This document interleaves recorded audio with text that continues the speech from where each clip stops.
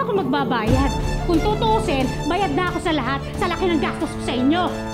Oo, dililibre mo nga kami, pero kulang pa yun sa lahat ng utang mo. Hindi ko alam na sa huli pala yun, manunumbat pala siya. Ba't ako lalayas? Di ako lalayas! Ha? Ang kapal na mukha mo! Ang mukhang babaeng to. Alam mo ba, pangarap ko, anak? Buenas Grocery. Sari-sari store ngayon. Grocery bukas! Oh, dami na yun. Ganda na, dami. Ay, napakasit naman ng dalawang nito. Halika nga dito. Pasali naman siya. Para sa atin to. Para sa ating pamilya to. Daming tuhunan na. Ay, may tao po. Saan? Doon. Rowena? Ikaw doon eh. Melanie? Bes. Melanie? Melanie, anong nangyari sa'yo? Sa balutan ka? Rowena, kasi pinalayas ako sa boarding house namin eh. Yung mga kasamahan ko doon, pinagkakaisahan nila ako. Kasi ako yung hindi nila kabarkada. So, ginagawa nila, sisiraan nila ako sa lahat, pati sa landlady namin. Grabe naman sila. Bes, kailangan ko tulong mo. Ano ka ba naman, Bes? High school pa lang, tayo na yung magkaramay eh. Ikaw pa ba? Bes, kailangan ko lang ng may pansamantalang matutuluyan. Tamang-tama. Dito ka na lang sa amin. Kasi yung isang umuupa sa amin, wala na. Kaya lang, maliit lang yung kwarto. Okay lang ba yun sa'yo? Talaga, Bes? Oo. Bes, thank you. Thank you. Bes, ano ka ba? Hindi naman kita hayaan. Diba kung paano ka pa? Pero 2,000 a month lang yun. 1 month advance, 1 month deposit. Kaya mo naman yun, di ba? Bes, wala akong pera, Bes. Kasi wala ako kahit yung pan-deposit. Magkano yung 2,000? Wala ako nun, Bes. Sige, hayaan mo na. Di ba may trabaho ka naman? So mababayaran mo naman ako eh. Di ba? So okay na yun. Okay na yun. Dito ka na muna para lang may matuluyan ka, ha? Thank you, Bes. Thank you. Diyos ko. Hindi ko alam kung saan ako pupunta, Bes. Anak! Kumusta ka naman dyan sa bagong tinitirhan mo ngayon? Eto ma, okay naman po ako. Dito kay Rowena muna ngayon nakatira.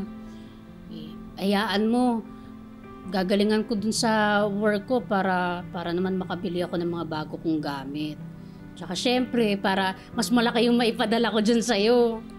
Nako anak, kaya naman ako proud na proud sa'yo dahil ganyan ka talaga. Very hardworking. Alam mo ba, yung mga kapitbahay natin, inggit na inggit sa akin kasi meron akong anak na gaya mo. Ma, huwag mo munang sabihin sa mga kapitbahay natin yung totoong nangyari sa akin, ha? Hay naku, huwag kang mag-alala. Hindi ko sasabihin. Sige na, ma. Babay na muna. Kakain ako. O sige anak, pagbutihin mo yung trabaho mo dyan, ha?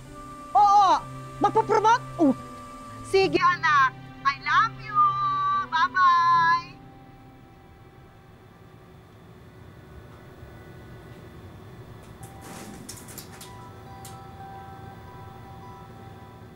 Bes? Baka meron kang toyo, suka, tsaka patis. Ay, meron ako. Toyo, suka, patis. Isang 7, isang 14, at saka isang 17 pesos. Bale, 38 pesos lahat. Bes, pahingi, hindi naman pabili. Kasi hindi ka naman pwedeng pumunta dito nung basta-basta ka na lang kukuha. Ano ba kasi gagawin mo dyan? Magluluto sana ako sa kwarto para makatipid na rin ako. Ibabalik ko din naman. Alam mo, 2 buwan ka na nandito. Ni kutsara, tinidor, wala ka. Yan mo, pag nakuha ko yung mid-year bonus ko, bibilang kita ng kutsara, tinidor, frying pan. Ilang set ba ang gusto mo? Tsaka, sige, papalitan ko to. Tagi-1 litro ng suka, toyo, patis. Alam mo, hindi naman yun ang ibig ko sabihin eh. Ang sa akin lang, pag meron kang gustong kunin ditong gamit o kung ano man, magpaalam ka naman sa akin. Ano yun? Diyos ko! Ano yung nangyari? Sumabog ah. Ay, may nangangamoy. Ha? Parang nanggagaling doon sa kwarto ni Melanie ah. Ba't sa kwarto ko? Oh, yung plancha. Ano yan? Teka, huwag kayo pumasok. May apoy! May apoy! Ako! Puputok yung plancha. Hoy, ikaw! Meron ka ba balak sunugin yung bahay namin? Kung di namin nakita to, baka naging abo na yung bahay. Pati kami! Yung plancha ho, luma na yung plancha nyo Tsaka, Pakakapad na mukha mo, no? hindi. Nangiinsulto ka pa! Ha? Kung umalis ka kaya dito! Ward! Tama na. Pasalamat ka, babae ka Ba't nyo ho ba ako sinisisi? Hindi ko naman kasalanan yun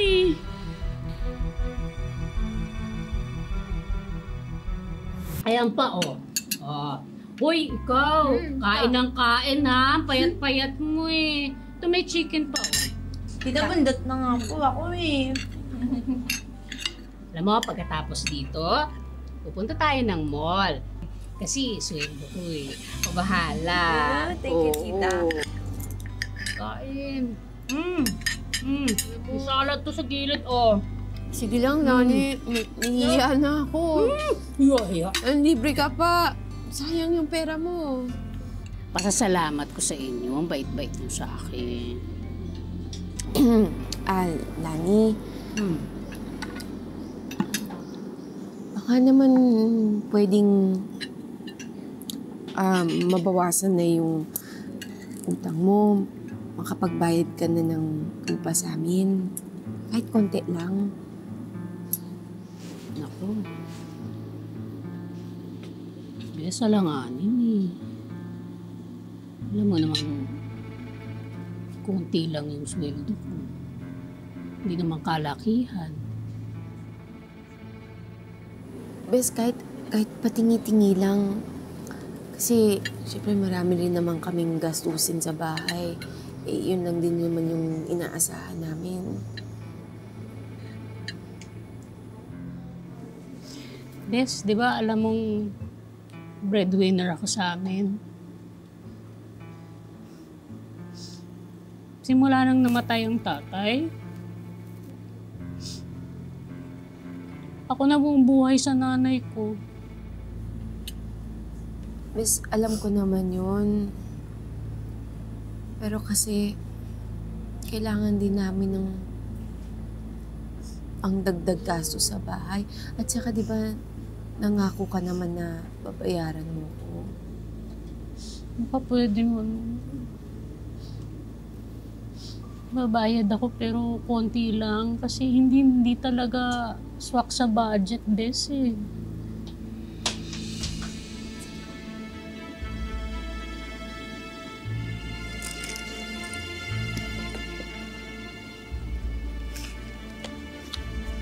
Bes, ayun one.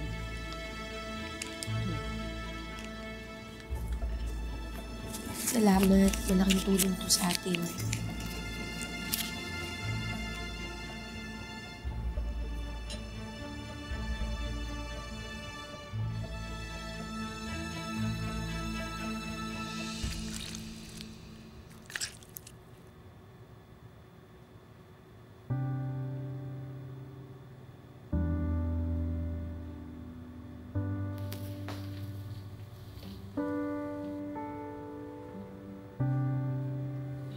Bes? Bes, ginabi kayo ta.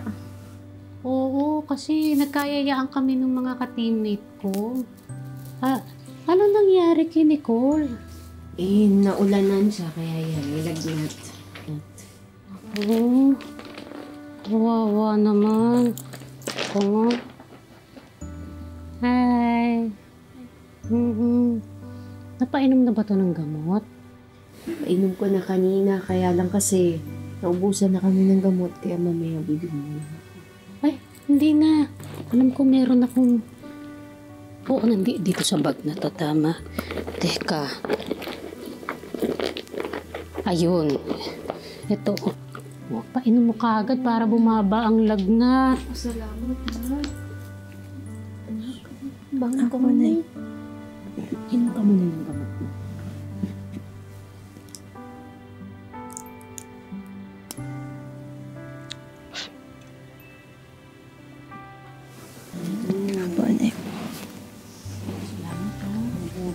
Ay, Bes, ito pala. Food nyo. Uy, ikaw talaga, pinapataba mo kami. Lagi mo kami binibigyan ng merienda. Kayo naman para namang others. Kainin nyo yan ha, initin nyo na lang. Salamat, ha? Ay, bago yan, yung relo mo. Ay, oo.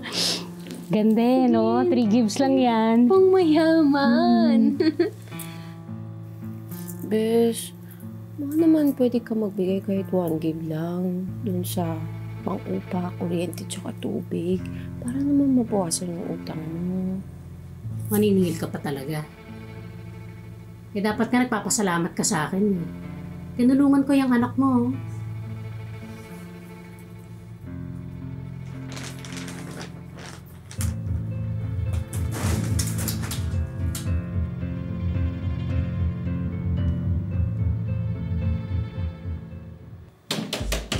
One, two, go! Let's go! Teka, bahay!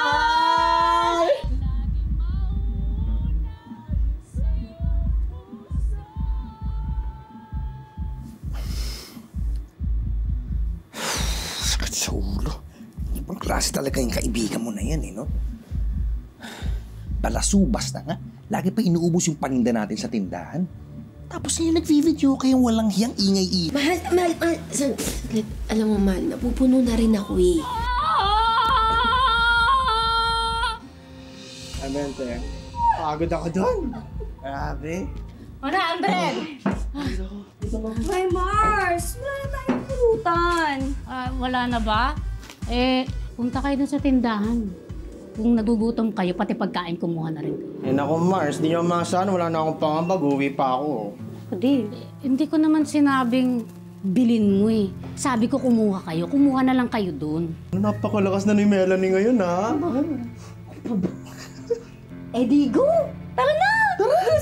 Go! Go! Kunan nyo ako ng chips din. Yes! Teka, nagbayad na ba to? 2,000 lang nung nakaraan. Lang niya, 2,000? Naman, tagal lang din ang kabayad ng upa yan, ah. Tapos 2,000 lang? Eh na nga eh. Amo, kakausapin ko na lang siya kapag hindi pa siya nagbayad bukas. Mahal, pakisingil ako niyan, ha?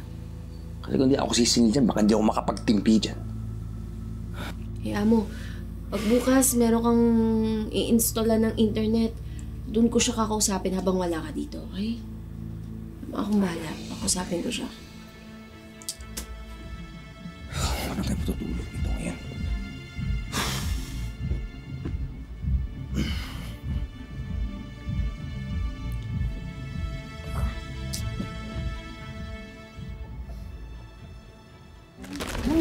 Ito, favorite ni ano. Gusto ko ba yun? Melanie.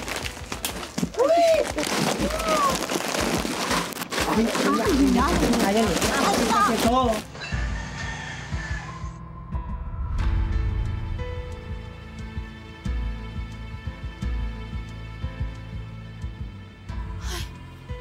Ninakawan ba kami?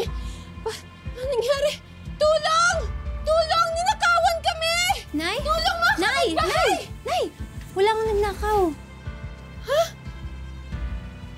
Sina Tita Lani po at yung mga friends niya. Sila po yung umubos ng paninda natin.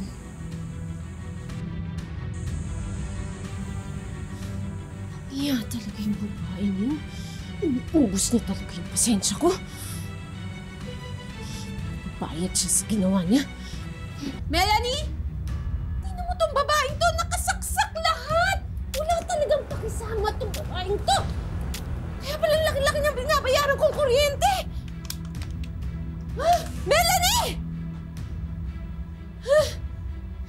Oh, Melanie! ano nagawa mo dito? Ba't mo pinasa kwarto ko?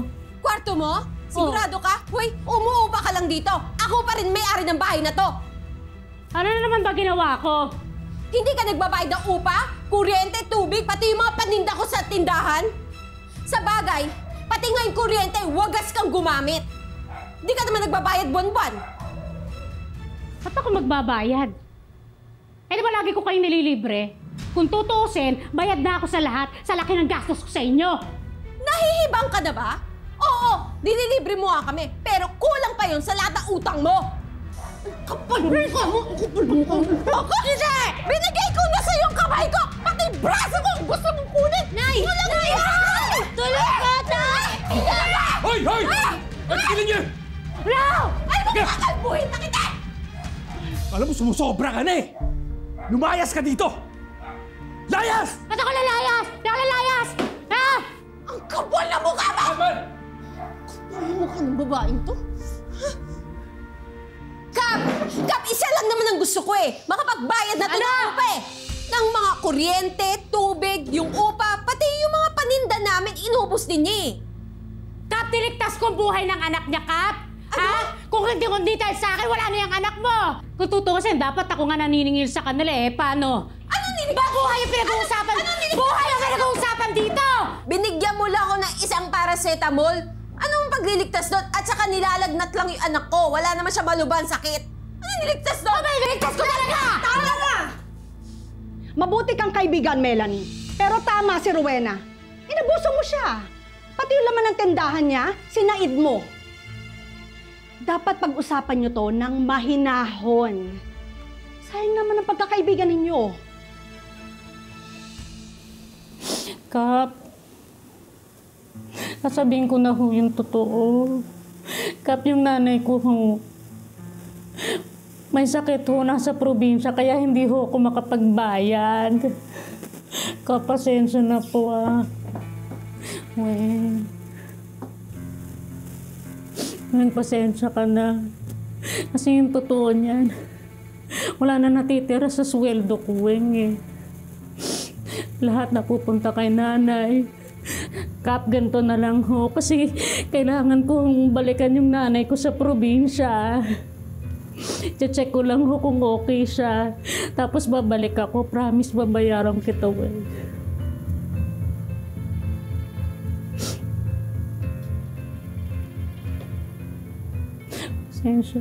Pasensya na kayo.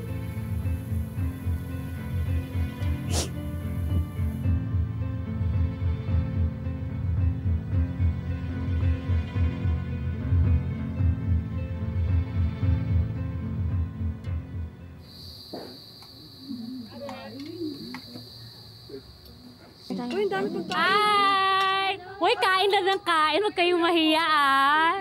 Yes. Marami yan. Kain lang. Hi! Hello!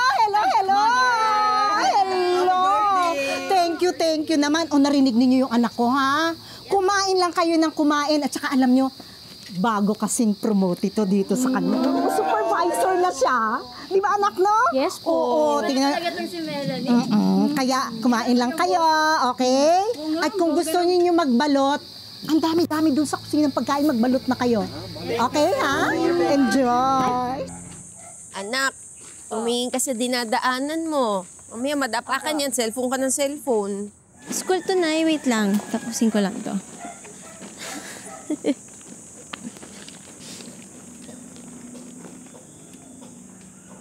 Anak,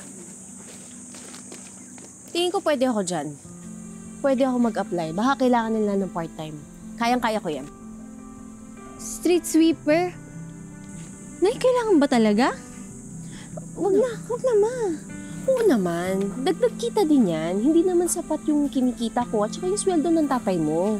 Pero Nay, magwawalis ka po ng daan? Oo Oo. Bakit? Anak, marangal na trabaho yun, no? Yung paglilinis at pagwawalis ng kale, maayos yun. Pagdating sa trabaho, walang maliit o malaking trabaho. Sige, Nay. Okay? Pero bakit di nyo na lang po kasi paalisin si Tita Lani dun sa room for rent natin? Total, di naman siya nagbabayad na di ba? O sayang yung kikitain nyo sa upa. Anak, hayaan mo na ang Tita Lani mo. Hayaan mo na. Alam mo, hirap na yun sa sitwasyon. Kaya hayaan mo na siya. Halika na. Ang dami na natin itong pinamili natin, no? Halika na. Anak, magsabi ka sa akin ng totoo, ikaw ba talagang na-promote o baka char-char mo lang yan, ha? Ma, sumakay ka na lang. Kaya mo mainggit yung mga patay gutom na yan sa atin. Oh, at saka yung kinukwento mo sa akin, na utang mo kay Rowena. Baka mamaya sisingilin ka na nun, ha? Palayasin ka pa doon sa inuupahan mo.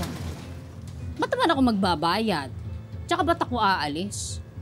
Eh, lagi ko naman sila nililibre. O, tsaka niligtas ko yung anak niya, di ba? O, yun pa lang eh. Ang tama nga yun. Dapat niyang tanawin ni Rowena na malaking utang na loob yung magligtas mo ng buhay ng anak niya, hindi ba? Oo, ma. Tama ka doon, anak. I'm so proud of you, anak. Tigilan muna natin yan, ma.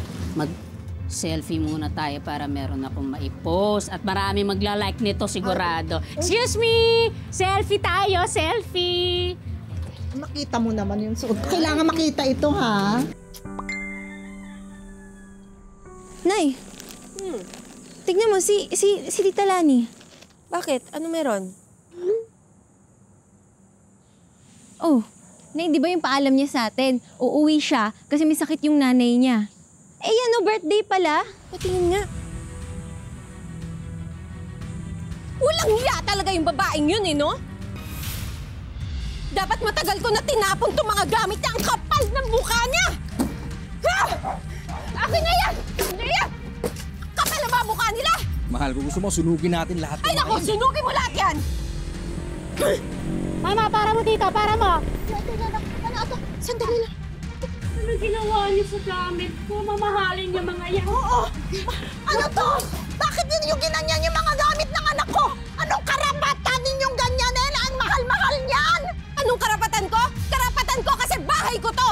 Sinungaling ang anak mo! Ang dami niya atraso, hindi siya nagbabayad! Pero meron kang pambayad sa birthday niya! Ay! Ingit ka sa birthday ko? Bakit? Akala mo kung sino ka? Samantalang, ang pangit-pangit naman ang bahay mo! Kaya pala ganyan ugali mo, Melanie! Kasi nagmana ka din sa nanay mo! Ay! Kalang niya! Tama na! Lumayas kayo! Tama na! Hindi ako aalis kayo! Tama na! Lumayas kayo! Ano papasok dito? Iya kayo! Hindi ako lalayas! Lumayas kayo! Hindi ako lalayas! Lumayas kayo! Ang tao raw na sobrang buti ng puso, madalas inaabuso. Sa kaso ng BFF ni Rowena, hindi na nga ito nagbayad ng renta. Inubos pa nito ang laman ng tindahan niya. Makalaya pa kaya si Rowena sa BFF niyang certified abusada? Naano na ako sa sarili ko eh, parang lumulubog na ako sa kahihiyan dahil nagtataka ako, may-ari ako ng bahay pero parang kung utusan niya ako parang iba na. Para i-rescue si Rowena sa abusada niyang BFF, tutulungan tayo ni Kapuso Star Ashley Ortega. Ito po, hingi po tayo ng tulong sa isang barangay official, si ma'am. Tutulong po siya sa sitwasyon niyo. At meron rin po tayong attorney na tutulong po si Attorney Rob sa atin. Actually, dalawa ang obligasyon ng kaibigan ni Miss Rowena, yung border. Una, yung simpleng utang. At pangalawa, yung hindi binabayaran na renta. Pwede mo ring isampayan sa small claims court. Kung merong panluloko, makukulong siya doon sa panluloko niya. So, Ate Rowena, kakasuhan niyo po ba siya? Hindi ko na siya kakasuhan. Gusto ko na lang umalis siya. Umalis talaga? Umalis Yun na lang yung siya. ano. Wala. Yung utang niya, hindi ko na yung sisingilin. Basta umalis lang siya. Napakabuting tao. Sana lang po talaga sa June 20, Diyos ko, ilang araw na lang po yun. Sana makaalis na talaga si Border. At ang unang regalo natin kay Rowena, financial assistance para mabayaran ang naging mga utang niya ng dahil kay Melanie. Eto, Ate Rowena, welcome! Ito po ang munting handog ng wish ko lang sa'yo. Oh, I know. Pupunuin din natin ng paninda ang naluging sari-sari store ni Rowena. And of course, dadagdagan na rin natin yan ng negosyo packages.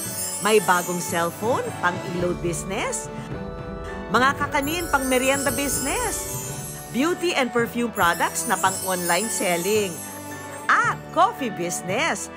Samahan na rin natin yan ng bagong home appliances para kay Rowena. At para naman sa anak ni Rowena, may regalo rin tayong mga libro at isang bagong study table. But wait, there's more! May regalo rin tayong hair and foot pampering services para mabawasan ang stress ni Rowena. Dagdagan na rin natin yan ng isang fun baking experience para sa pamilya niya. At para todo-todo ang relaxation ng mag-anak, meron din tayong staycation package sa isang resort sa Taytay, Rizal. And of course, hindi pwedeng mawala ang Wish Ko Lang Savings. Tulong pinansyal ng ating programa para sa pamilya ni Rowena. Oh, deserve na deserve mo yan dahil napakabuti niyo pong tao. Yay! Maraming salamat po sa lahat ng binigay niyo sa akin. Maraming salamat. Patunay ang kwento ni Rowena na talaga namang natural sa ating mga Pinoy ang pagtulong sa kapwa. Pero paalala rin ang kwentong ito na may mga taong tulad naman ni Melanie na pagkatapos mong tulungan, ikaw pa ang ipapahamak sa huli. Mga kapuso, lagi po natin tatandaan, hanggat hindi tayo napapagod, humiling at maniwala, hindi tayo mapapagod lumaban sa buhay. Ako po si Vicky Morales at ito po ang Wish Ko Lang.